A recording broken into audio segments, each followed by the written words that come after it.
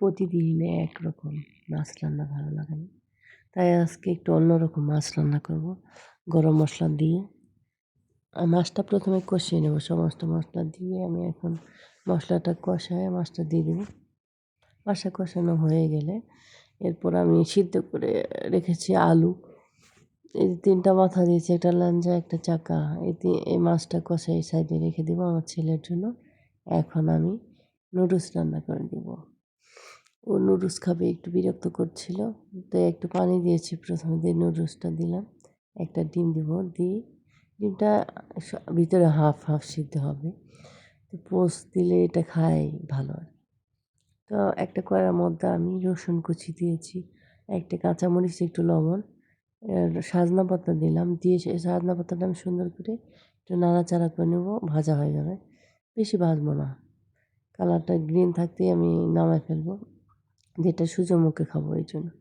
তো আরেকটা কড়াই তেল দিয়ে দিলাম, পেঁয়াজ দিয়ে দিলাম, আলুটা ভালো করে কষায় নেব। তো পেঁয়াজটা নরম হওয়ার জন্য একটু লবণটা আমি আগেই দিয়ে দিয়েছি।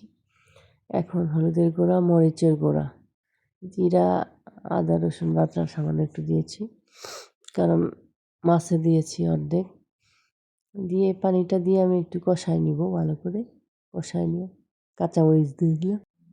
মশলাটা কষানো হয়ে গেছে আমার, আলু দিয়ে দিলাম, আলুটা দিয়ে আমি ভালো করে এখন কষাবো। এটা 3বারের মতো একটু একটু পানি দিয়ে কষালে আলুর স্বাদটাই চেঞ্জ হয়ে যায়। তো ভালো করে কষানো হয়ে গেছে আমার, দিয়ে এখন ঝোল দিয়ে দিলাম, দিয়ে মাছগুলো দিয়ে দিব, কষানো মাছগুলো সব দিয়ে দিব, দিয়ে একটু ঢেকে রাখবো, 10 মিনিট জাল করলে সুন্দর মতো হয়ে আসবে মাছটা।